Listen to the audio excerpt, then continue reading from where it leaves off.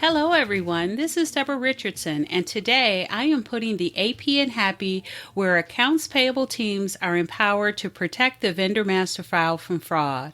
This podcast will give a voice to accounts payable team members by talking about the growing reality of cyber attacks in their world and which vendor setup and vendor management techniques they can apply to protect the vendor master file from fraud. Visit the Vendor Process Training Center to enroll in your choice of 55 plus training sessions that will help you and your team avoid fraud, compliance fines, and bad vendor data. Or just sign up to get access to vendor process FAQs and to attend weekly drop-in live Q&A sessions.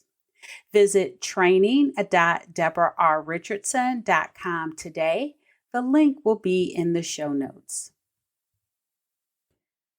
Each week now, it seems I post about multiple victims of payment fraud, and this is caused by changing vendor banking information. So in this episode, I'm going to share 20 tips that the vendor team can use to avoid business email compromise. Keep listening.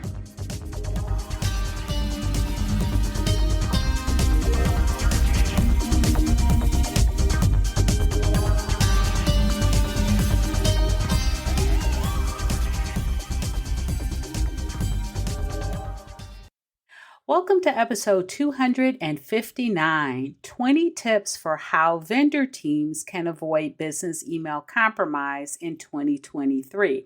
Now, I called it that specifically because at the beginning of the year, I did a 20 tips in 20 minutes webinar, which is a monthly series that I have where I give you 20 tips on different, pain points, fraud, compliance, keeping your vendor master file clean. So I have that webinar series going on monthly, and I'll put a link to the page where you can see if there are other ones that you would like to listen to or maybe sign up for, because as of the recording of this podcast, we still have October, November, and December for the rest of the year. But in any event, I posted this one earlier, and I will tell you that I am putting this on the podcast now, the recording of it, because lately I have been seeing so many press releases of victims of business email compromise. And in August, for example, there were 1, 2, 3, 4, 5. In September, I posted 1, 2, 3. In October so far, I've posted 2. Now, keep in mind, these are just the ones that are telling people that they have had frauds, right? Not all victims will say or put out there that they've had a fraud. It's not like it's a breach where they have to notify people. And it can be a little embarrassing, right, that they've had a fraud. So you don't hear about it as much. But I will tell you, of the folks that will report, it has really increased. And so I think these 20 tips will help. Now, again, this is part of a webinar series, so I'm going to play the webinar for you. And just out of transparency, I don't know what was going on with my headset, but the first part, maybe the first 3 minutes or so, were a little, I don't know, it had some jumbling in it, some cracking noises, but this podcast platform may clear that up for you. But even if it doesn't, of course, I know my people, when I get on and something's not right, somebody would tell me, and somebody did. And so I switched microphones and then it was fine. But just a fair warning in case it's not cut out by the magic mastering when I upload this podcast. So I am going to go ahead and play the recording, and I hope that you get some useful tips out of them. I will also include a link to the PDF, the presentation PDF, in the show notes. So if you're somewhere, maybe at work, listening, and you would like to follow along with the presentation PDF, you can get that as well. All right, so I hope this gives you some value. I'll go ahead and start the webinar now. And there's that notification. Okay, so we are right at the top of the hour, and so we're going to go ahead and get started. Welcome, everyone. Good morning, good afternoon, depending on what time zone you're joining from. I am Debra Richardson, and welcome to the 20 Tips in 20 Minutes webinar series. For January, the topic will be how vendor teams can avoid business email compromise in 2023. And I say January because Wednesday of every month, 2023, we will have a different topic for 20 minutes or 20 tips in 20 minutes. And so when you get the handout, all of these links are clickable, and you can follow additional webinars that you'd like to join in the future by clicking on my webinar link there. And then February's webinar, though, is already up and ready, and that one is going to be how vendor teams can avoid check payment fraud in 2023. That's February 15th, and you can click to register for that one. That one's all ready to go because check payment fraud hasn't gone anywhere. So we'll talk about that in February. Now, before we get started, the session is being recorded. Tomorrow at the same time, you will receive a link to the recording, as well as a link to download the PDF of the presentation if you don't download it here. And then you can feel free to submit your questions anytime. Actually, I'll prefer it because we do not have a lot of time today. And so if you have questions, go ahead and throw them in the question section, and then they will be saved for the Q&A session or part of the webinar at the end. And if I don't get to all of them, I will answer them via email within 24 hours. And then if you think of questions afterwards, I'll have an email address you can send them to. And then don't forget to download a PDF. The handouts, I have a PDF of the presentation, and I have a 2023 training schedule for the Vendor Process Training Center that I'll talk about later. Quickly, I do want to introduce myself. Again, I am Debra Richardson. You might have heard of me by my saying, putting the AP in happy. I have a podcast of the same name, and tomorrow I will have published episode 221. Who knew there would be so much to talk about vendor setup and maintenance, but it is. As a previous AP Senior Manager of Global Vendor Maintenance, I was responsible for a team of 17, and we processed over 2,000 vendor requests per month, and we maintained 140,000 active global vendor records across 7 different ERPs. Now, as you can imagine, that was a lot of fraud to be mitigated. Now, though, I provide content and training on the vendor setup and maintenance process, so companies like yours can avoid fraud, fines, and bad vendor data.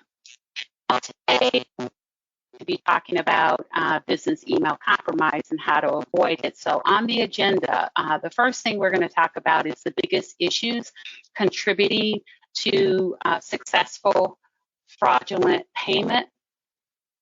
Okay, it's hard to focus and listen. So you know what? I don't know why that's happening. So let me switch my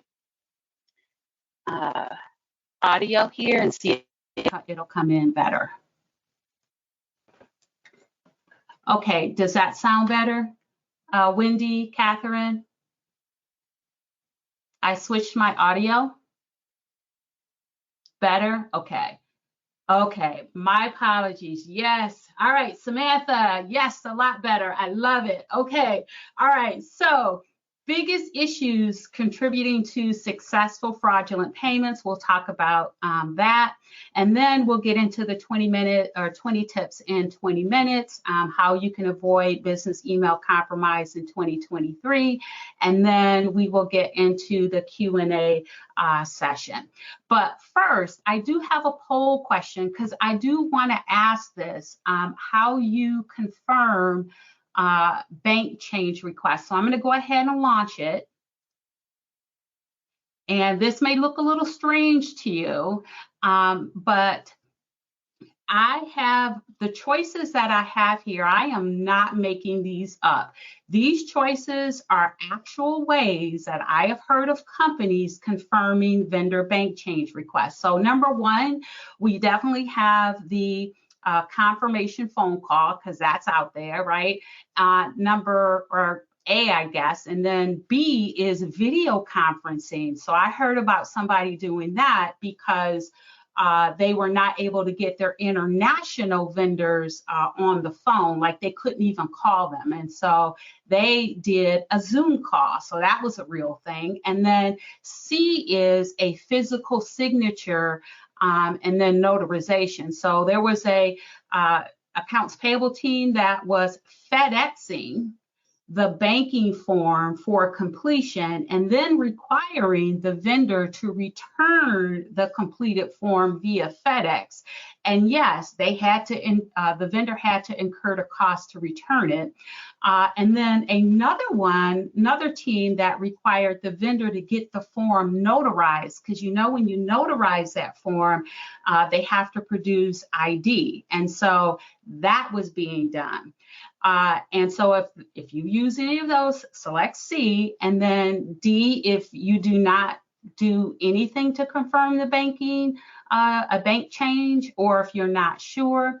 And then if you select E, I would like to know if it's other, what is that creative way, or what way do you confirm the vendor bank changes? And you can throw that right in the chat area, the question or chat area. So if you do something separate than all of these, then go ahead and throw that in the chat area. All right, so let's go ahead, and we've got most of the folks that have voted. So let's go ahead. I'm going to close this out. And yep, probably will not surprise anyone. So 79% are using that confirmation phone call.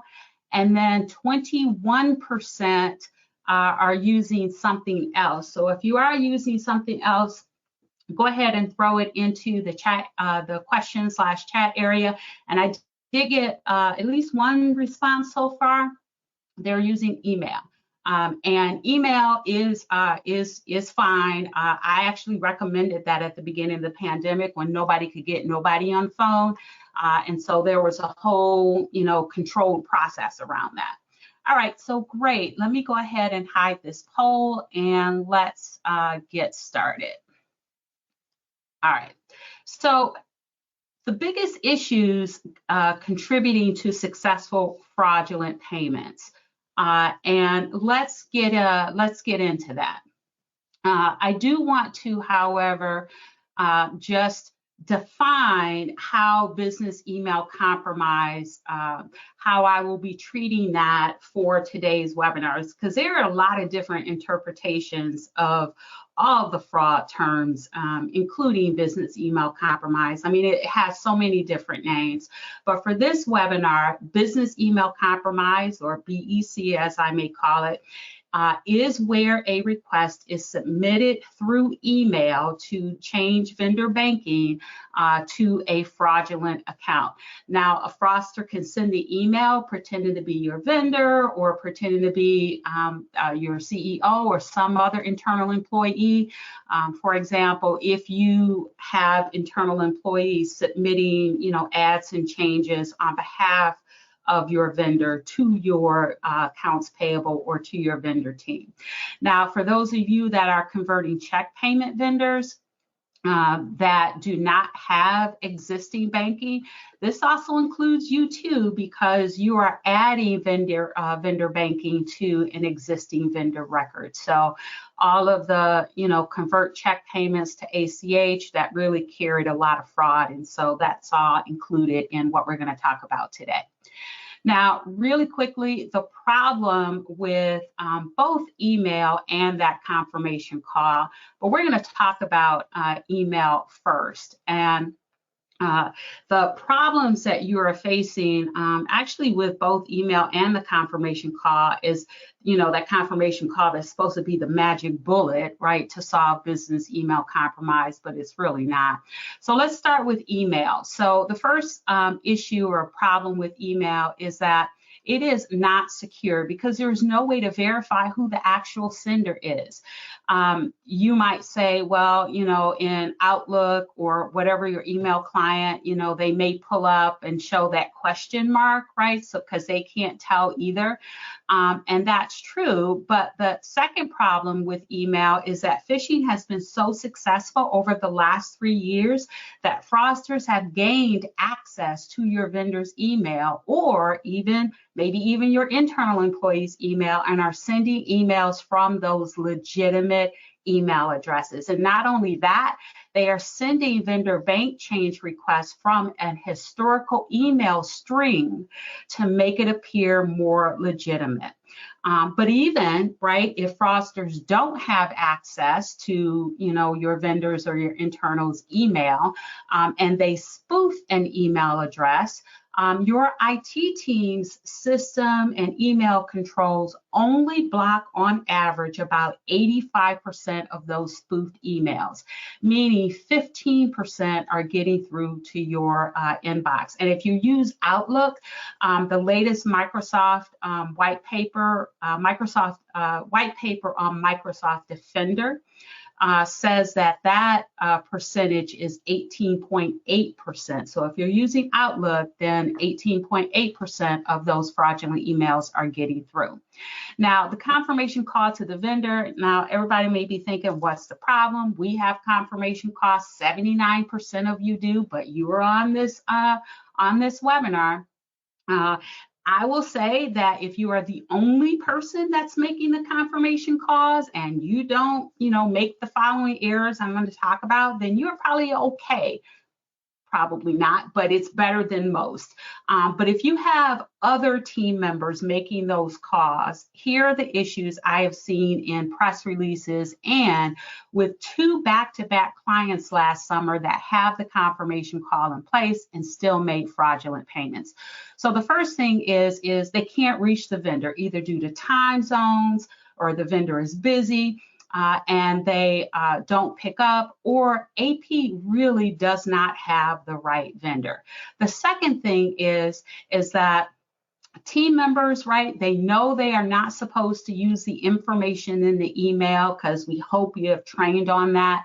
But if contact information is not on the vendor record and the vendor does not have a web presence, now you've got a team member that are trying to get this request process, right? They've got other things to do. The email looks legitimate. Maybe it came from a historical email string. And so they will go ahead and use the information in that email. Now, that's what happened to one of my clients. And in their case, the email came from the internal employee who unknowingly forwarded a fraudulent email. And you might think, you might be better off by having this handled by the internal employee because they have the relationship with the vendor, but they fall victim just like we do, and because they just don't have that training that we have. And so that's not always the case, that having it go through the internal team member makes the process less risky. And then lastly is that they do not consistently contact the vendor after multiple attempts. They'll just give up, right? So the request does not get processed, or worse, it gets processed anyway. And so that was a press release last year. And actually, it was the CEO that was handling the confirmation call, right? Must have been a small business, but they made the change in the system because the invoice was due and figured they would get the confirmation call before the payment went out the door. They would reach the vendor and verify, and they never did. And so the payment went out. All right, so let's talk about how vendor teams can avoid business email compromise in 2023. What you can do with the 15% or 18.8% of those emails that gets through your IT controls. But before I start, I do have good news and I have bad news. So we'll start with the bad news. There is no magic bullet, right? We all thought it was the conference call, and we know what happens with that, right? We just talked about that. These tips work best when they are added as part of a full review of your vendor processes to make sure that fraud is not introduced in any step of your process. But the good news is that studies have shown that the more obstacles you put in the way of fraudsters, that they will just give up and go on to the next potential victim who does not have those obstacles in place. So with that, let's look at some obstacles. Let's go. First, we're going to look at authentication tips. So the first one is an authentication technique that I call authenticate the requester. So when you call your bank, or actually really anyone now, they will ask you to 2 to 3 identifying questions to make sure that you are who you say you are. And you should do the same thing with your vendors or internal employees if they contact you outside of company provided communication devices or platforms. And this can be done via email or via phone. So you need to know that you're talking with your vendor or your internal team member, internal employee, and not a fraudster. So authenticate the requester. And then here's an internal control, right? Standardizing a standardized form. So standardizing the collection of vendor banking by requiring a company branded ACH form. And not only that, don't send it to them until they have authenticated, right? So you authenticate the requester as soon as you know that, for example, it is your vendor, then send them the form. And send it the form with instructions to complete it and send it back. Now you can continue to require or accept the vendor banking on vendor or bank letterhead or even the voided check, although both of those can be forged. You can still collect it, just attach it to the company branded ACH form. Now another authentication technique is to require authenticating data on that form. So for bank changes, require the existing vendor banking that is on your vendor record, right? Ask for that. And if they don't have it, that is immediate red flag, because if they don't have access to get the existing banking and they don't have the authority to get it, how do they have the access and the authority to get the new banking and then ask you to change it? So make sure that you are asking at least the existing banking, and you can also require other authenticating data such as a tax ID, a remit address, an internal employee contact, right? So if there is a red flag, you can contact the internal employee. And again, these are all obstacles that asking all this information, the fraudster will probably just go on to the next potential victim. The next one is to make sure you change that company branded ACH wire form every year. This way it's a control, because if you receive a prior form, remember you're only giving it to those folks that have authenticated. So if you receive a prior year or prior version form, you know that you just did not give that to the vendor, and that can be a red flag. Another internal control I have created for clients is to create an internal vendor request form. The internal employee will complete the form that includes the right vendor contact for the vendor team or for AP, and they'll also indicate the change required. Now you have the correct vendor contact, and when you get the vendor or the company branded ACH form back and you have asked for the internal employee, you can compare that with your internal vendor request form and make sure they match. The last one is that have all vendor requests go through the vendor team, especially vendor bank change requests, whether it's in AP or purchasing. I always forget that sometimes vendor team is in purchasing or the vendor process for change requests. This way you can follow this authentication process. Now, the next set of tips are validation tips. So the first thing is to validate the vendor's country matches the vendor's bank country. That could be a red flag if the two countries don't match. And so you have to put those on that company or those two fields on the company branded ACH form. Also, we all have heard about bank account ownership validation. You can do it a couple of ways, right? You can do micro deposits. You'll set this up through your bank. And these are small amounts, less than $1. Have the vendor, though, send you a screenshot that includes that amount as well as the bank account holder's name. This does work. It does have some drawbacks. It takes 2 to 3 days for the vendor to see the funds, and it requires the vendors to take action. So it may end up taking more days before a payment can be made because you're waiting on that vendor. The next one is bank account ownership validation using a U.S. database. You guys have probably heard of Early Warning that has a database that contains U.S. depositor information from U.S. banks that voluntarily submit that information.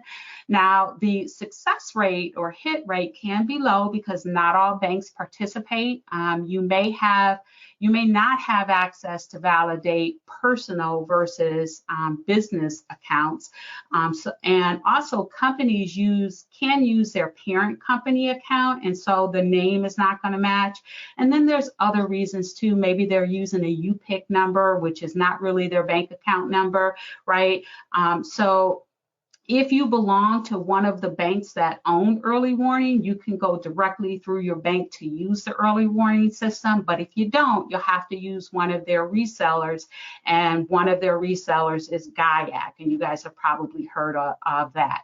Now, this is for U.S. banks only. But for U.S. and non-U.S. banks, you can use the NSNOC solution for bank account ownership, which is generating a bank account certificate. And again, that is for both U.S. and non-U.S. So the NSNOC solution does not rely on banks giving them information, right? Because international banks are just never going to cooperate. But what they do is they will have the vendor trigger a micro deposit to their bank, and if successful, they will issue the vendor a bank account certificate. Now, they'll give you the bank account certificate, and you can drop it into the NSNOC portal to validate it. Now, many of you may not want to get your vendor involved. But nowadays, vendors are taking the lead because they don't want you to pay their funds to some fraudsters. And so lots of AR teams, maybe even yours, are signing up and they're getting their own bank account certificate. And they may instruct you as the buyer to only change your banking based on that bank account certificate. So if you've heard of them before, you've shied away from them because you have to get your vendor involved, that might not be a big of an obstacle as it has been or may have been in the past. Now let's get to some confirmation call tips. The first one is to create a script for the confirmation call. So make sure all team members are saying the same thing. have them identify who they are and include the team member, internal employee that the vendor has a relationship with to make them feel comfortable. Because remember, you're calling them out of the blue, right? They don't know who you are either. So you have to do things like that. Also, confirm the last 4 digits of the existing vendor banking to make sure you're talking with the right person, and then have them confirm the last 4 digits of the new banking. The next one is to create a confirmation log to track attempts, because vendors may not pick up the call the first time. Even if you can get through them, may take a few attempts. So on this log the person contacted, the phone number or email you used, the date, the time, and what happened. This way, management is transparent, and management has a view to what's still pending. And if a team member is out, other team members can pick up where they left off.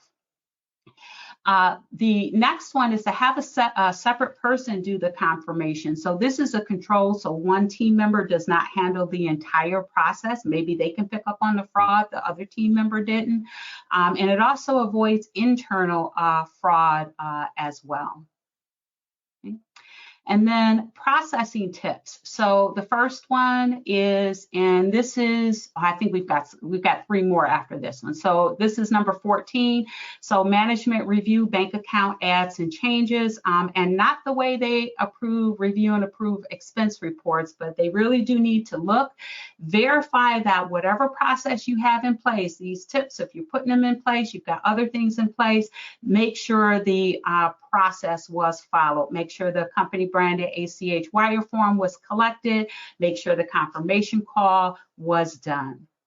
The next one is to send the vendor a notification of the change. So the same way that Netflix, Hulu, Amazon, your bank will send you a notification whenever you change anything on your account, you need to do the same thing for your vendors. And if the vendors are reading their emails, I know plenty of jokes about that, they may be able to contact you even before you pull that invoice into a pay file to let you know that no, they didn't request the change.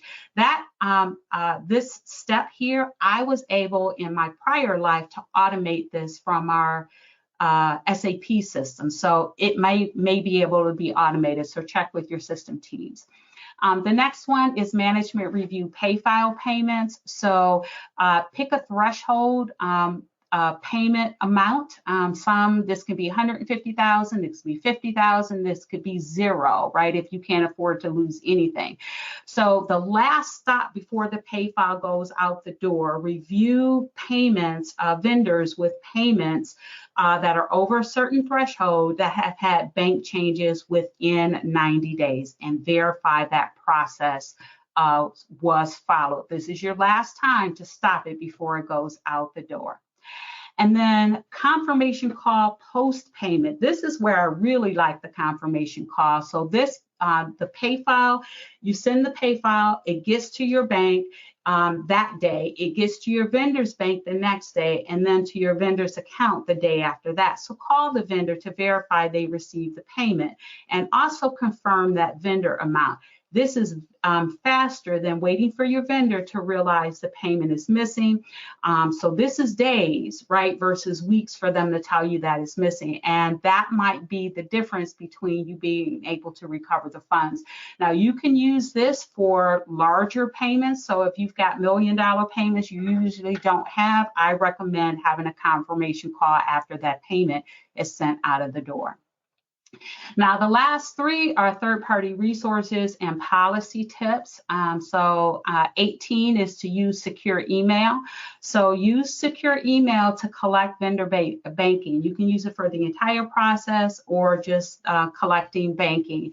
And the thing about secure email, and Mimecast is one, but the thing about them is that you have to send an invitation to that vendor's email, and that vendor has to register and log in. Fraudster may not want to do that. It's an additional option.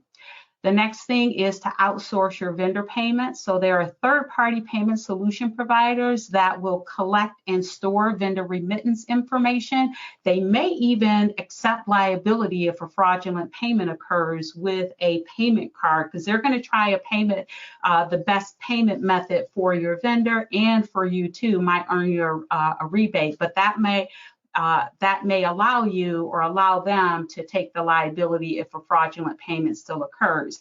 But the key is with them, because they are handling the payments, that means if there's a vendor change, vendor bank change, it goes through that company and not your team.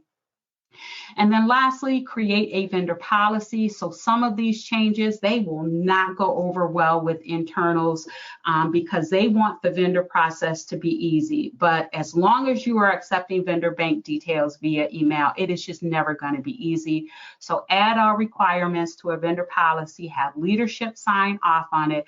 That way you and your team have something to refer to when you receive pushback from internals. And we all know they can be worse than vendors sometimes. All right, so I don't see any questions in here. That is the end. So woo, I do have a couple of things for you though. If you do want a vendor banking template for that company branded ACH form, make sure you download the PDF and you can click through and use that code to save 25%. If you want to know more about authentication and other trainings, you can sign up for free on the Vendor Process Training Center. I do have a free course, Build an Authentication Matrix, so you know you're talking with your vendor and not a fraudster. And then you can always drop in live to any Q&A session every Friday from 12 to 2. And then here's how to connect with me. And we have less than a minute left for questions. So I don't see any, but I do want to remind you that you will receive a recording of this tomorrow at this same time. If you think of any questions afterwards, you can email me at info@debrarrichardson.com or register on the Vendor Process Training Center, and you can come to any Friday drop-in Q&A sessions. I am there from 12 to 2. You can just drop in, ask your question, and then go on about your day. All right, so I do want to thank everyone for joining today. We are right at the end, and I will see you on the next one. Bye, guys. Have a great rest of your day. All right, so I hope you enjoyed the webinar and was able to get at least a few valuable tips to take back, put into your process immediately, and start protecting your company, your vendors, and actually you too from that potential payment fraud due to changing vendors' banking information. All right, so thanks everyone. I hope you enjoyed the 259th episode of the Putting the AP in Happy podcast, where accounts payable teams are empowered to protect the vendor master file from fraud. Don't forget to check the show notes for the links mentioned in the podcast. And if you enjoyed this episode, consider subscribing and writing a review of my podcast on the platform that you use to listen. Stay happy.